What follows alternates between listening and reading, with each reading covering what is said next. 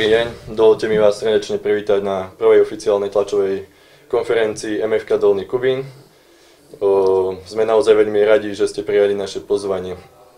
Niečo na úvod. Už ako každý isto vie, v akej situácii sa nachádza náš futbalový klub v zložitej situácii. A keď tu vládol bezvláde, tak ja a pán Ďaďo sme prevzali tento klub 24. januára, kde sme vlastne uhradili nejaké neuhradené faktúry, zastavili dlhy a začíname pripravovať nejakú koncepciu futbalu, vďaka ktorej by sme chceli zlepšiť podmienky a fungovanie tohto klubu.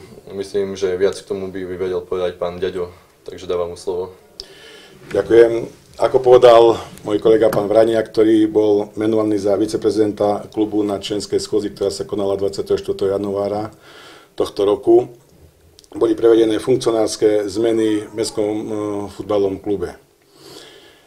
Na konci minulého roka, v decembri 2015, sa vzdali svojich funkcií MFK Dolný Kubín všetci funkcionári a takisto odišli aj všetci sponzori.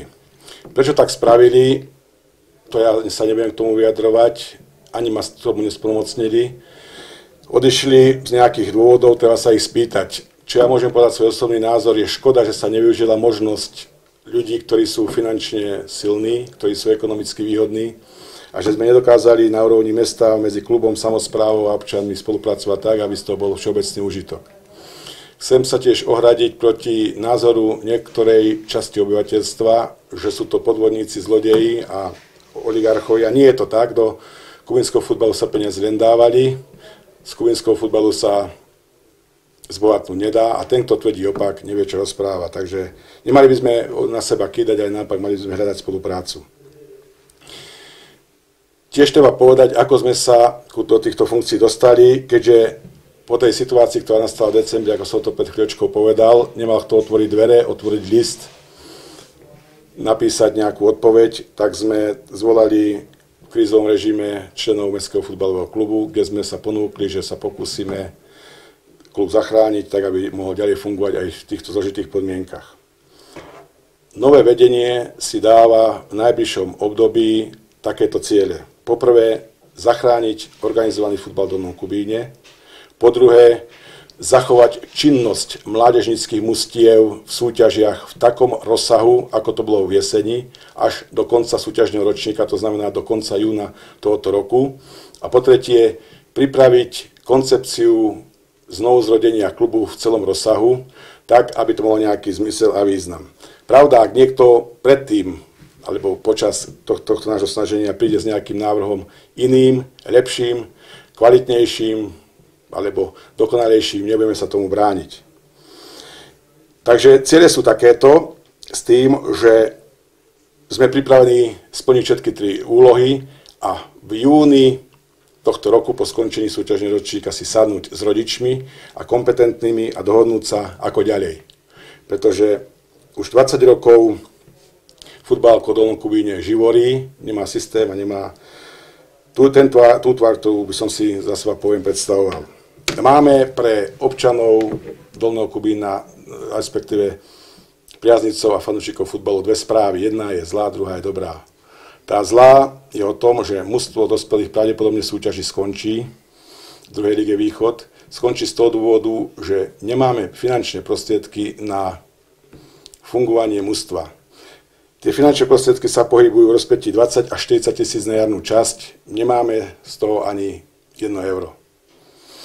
Tváriť sa ináč, tváriť sa, že to je proste situácia iná, je zákerné, nie etické a treba to povedať na rovinu, aká je situácia.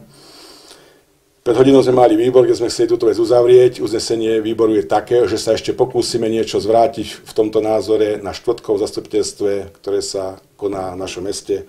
A po tomto zastupiteľstve, ak sa nenájde východisko, tak muži budú končiť, pretože, ako som už spomínal, nemáme na to.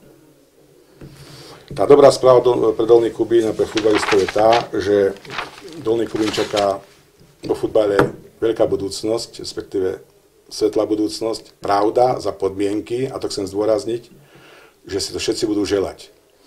Futbal v Dolnom Kubíne už 40 rokov vždycky visí na nejakom človeku. Raz príde jeden sponzor, chvíľu porobí, potom príde druhý sponzor, chvíľu poplatí a nechá za sebou dlhy a tak sa to už opakuje 25 rokov. Futbal v Dolnom Kubíne nemôže byť postavený na žiadnom sponzorovi zvonka, či je to ďaďo, či je to laštík, či je to iná osoba. Musí byť postavená na meste, pretože všetci tí, ktorých by sme mohli tu namenovať od roku 1990 asi 2 tucty, sú pominuteľní. Mesto je stále. Ak mesto pominie, tak potom samozrejme o futbalovom hnutí nemá zmysel hovoriť. Takže ten návrh, ktorý my dáme, tú koncepciu, bude založená na tom, či toto mesto chce alebo nechce futbal. V tom totiž to spočíva základný problém futbalu v meste.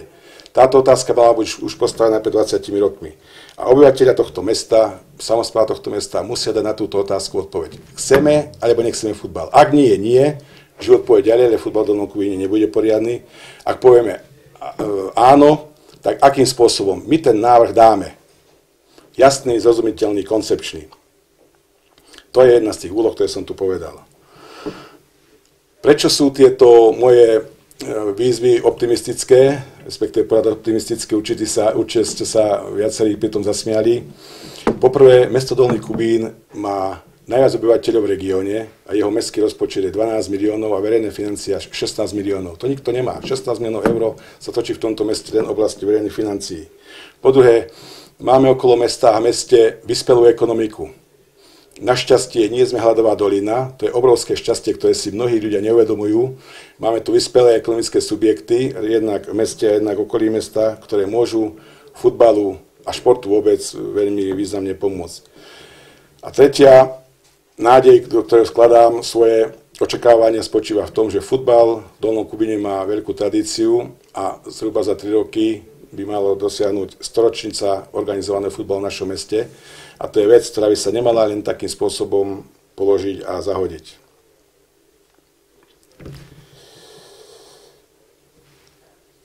Klub má veľmi zlé meno. Treba to povedať otvorene a musíme začať od seba. Jednoducho je to obrovská nedôvera vo funkcionároch, metódy klubu, ale to bolo všetko spôsobené tým, že to tam nikdy nemalo systém. My keď sme prišli do klubu, vážení diváci, tak našli sme nasledovnú situáciu. Piesoček u mladých chlapcov, prípravkárov, potom dlho nič, potom ďalší piesoček, potom zase nič, potom ďalší piesoček a špeciálny piesoček bolo A mužstvo dospelých. Je to len výsledok toho, že naozaj tu na 20 rokov nefunguje systém v Dolnom Kubíne a môžeme si za to sami. To znamená, ak chceme získať dôveru, ak chceme získať perspektívu, musíme začať od seba a pripravujeme súbor opatrení, aby sme dokázali, že to myslíme vážne a táto konferencia, respektíve beseda je jeden z prvých krokov. Ako som spomínal, ciele sú veľmi obmedzené do toho júna tohto roku. Do júna tohto roku sa musí rozhodnúť, či sa futbal v tomto meste bude hrať alebo nie. Získame však priestor na to, aby sa dospelo k tomu, že budú hrať tí mládežníci. K tomu sa dostaneme aj k rozpočtu a pripravíme tú koncepciu, ktorá by mala potom zabezpečiť dlhodobejší rozvoj futbalu v Dolnom Kubíne, ktorá nebude stáť na jednom človeku alebo na jednom subjekte, ale bude to stáť na nejakých iných pilieroch, ktoré vám v tejto chvíli nebudem rozprávať, pretože to ešte zavčasu o tom niečo spomínať. Situácia v klube. Hodne sa hovorí o dlžobách. Áno, našli sme tu nejaké dlžoby.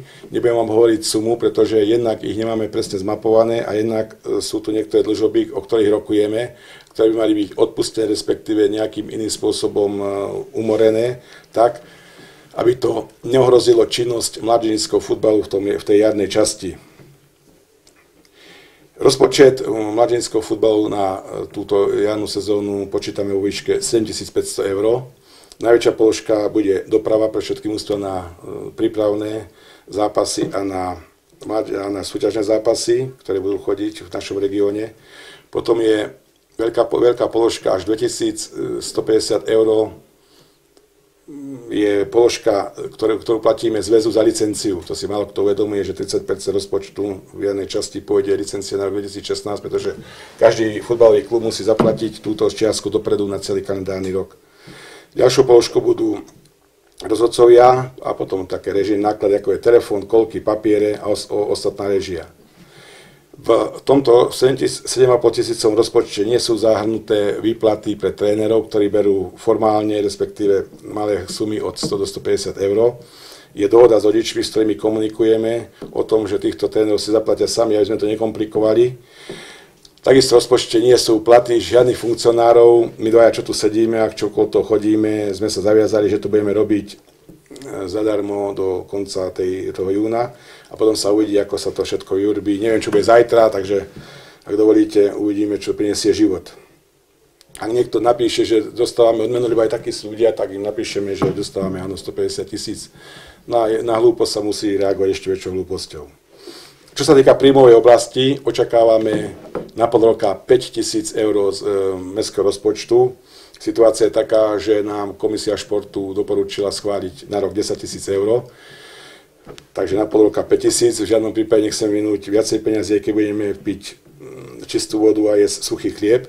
A 2500 eur sú ostatné príjmy, ktoré chceme zabezpečiť od sponzorov. Nejaké prísľuby už máme, niečo sme už dokázali zabezpečiť a ešte niečo nám do tejto sumy príde. Čo sa týka rozpočtu Mestského futbalového klubu pre sezónu 2016-2017, v tejto chvíli vám k tomu nič nevieme povedať, pretože naozaj čakáme na to, ako sa to všetko vyvrbí v tom lete po predložení týchto koncepcií, aký názor bude mať na to samospráva, na to, ako budú na to chcieť reagovať ľudia. Opakujem znova, základná otázka nie je ani mojej osobe, ani osobe pána Vraniaka, ani nejakej inej. Základná otázka je ľudia, či chcete alebo nechcete organizovaný futbal v tomto meste. To je alfa a omega celého problému futbalu v meste Dolný Kubín. Máme dosť prostriedkov, či už ľudských, odborných, trénerských, hráčskych na to, aby sme ten futbal zachovali, aby sa rozširoval a urobil nám veľa radostí a dobrých zážitkov, či už futbalistom, ktorí budú na ihrisku, fanúšikom, priaznivcom, ale aj všetkým obyvateľom tohto mesta. Osobne za seba môžem povedať svoj názor, že to považujem za veľmi dôležité, aby sa ten futbal hral ako jedna z parametrov spoločenského života v tomto meste, aby to tu troška žilo. Dostali sme cez mail nejaké otázky. Chcem vás ešte upozorniť, ak sa niekto bude chcieť spýtať na nejakú vec v Mestskom futbalovom klube, netreba počúvať fámy, počúvať nejaké nezmysly, treba nám napísať na mail, ktorý vidíte na obrazovke a my vám samozrejme v rámci možnosti odpovieme, nemáme s ničím problém, ak sa to bude týkať futbalu, nie nejakých súkromných alebo rodinných záležitostí. Prišlo tých otázok pomerne veľa, tak sme ich zhrnuli do takých troch oblastí. Jedna oblasť je, pýtajú sa nás priaznivci a záujemcovia, ako je to s umelou trávou. Umelá tráva, máme na mysli veľké futbalové ihrisko v Dolnom Kubíne, je majetkom súkromnej firmy a existuje obchodná zmluva medzi touto firmou a mestom, samosprávou, mestom Dolný Kubín o používaní tohto ihriska. Je to obchodná zmluva, ktorú my nemôžeme ani ovplyvniť, ani komunikovať, ani hodnotiť, ani popisovať. Jednoducho, tá zmluva je do roku 2021, my ju rešpektujeme a využívame to ihrisko podľa možností. Že to nefunguje, vám budem ilustrovať na skúsenosti, ktorá zastala v sobotu. Máme mesto, máme ten futbalový, tú firmu, ktorá vlastne to futbalové ihrisko, máme klub. Napadlo 2,5 cm snehu, slovom 2,5 cm, žiadna kalamita. 2 zápasy boli kvôli tomu odložené, prípravné. Takto to funguje v našom klube a s týmto sa musíme predovšetkým popasovať a potom vykročiť nejakým iným smerom. Je to proste hanba. Nijak ináč to ja pomenovať neviem. Aký máte názor na odmietnutie rekonštrukcie letného štadióna? Viete, bola dosť veľká aféra a veľa rečí okolo toho, že sa mal rekonštruovať štadión z nejakých zdrojov z vlády Slovenskej republiky, že sa to odmietlo.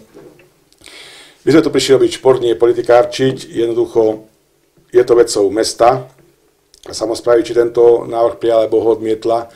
Faktom je, že futbalový štadión je morálne a fyzicky opotrebovaný, je zastaralý, je energeticky náročný a treba s ním niečo robiť.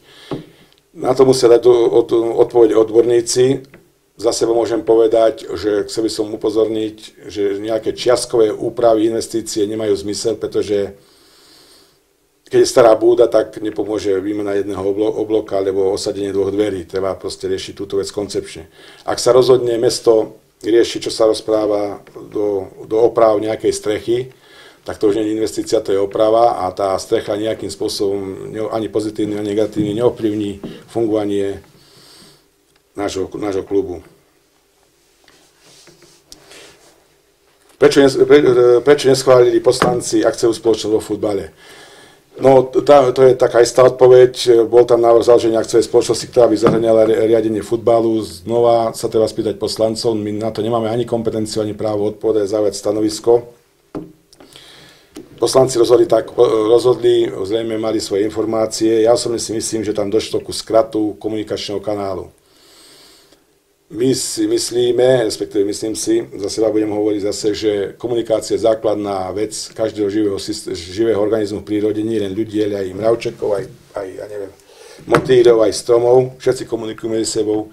My sa musíme začať naučiť komunikovať. Tu nefungovala, vidím to sám po tých 2 týždňoch, čo som zistil, kde je sever, že jednoducho komunikácia v klube, dovnútra, ani navonok neexistuje.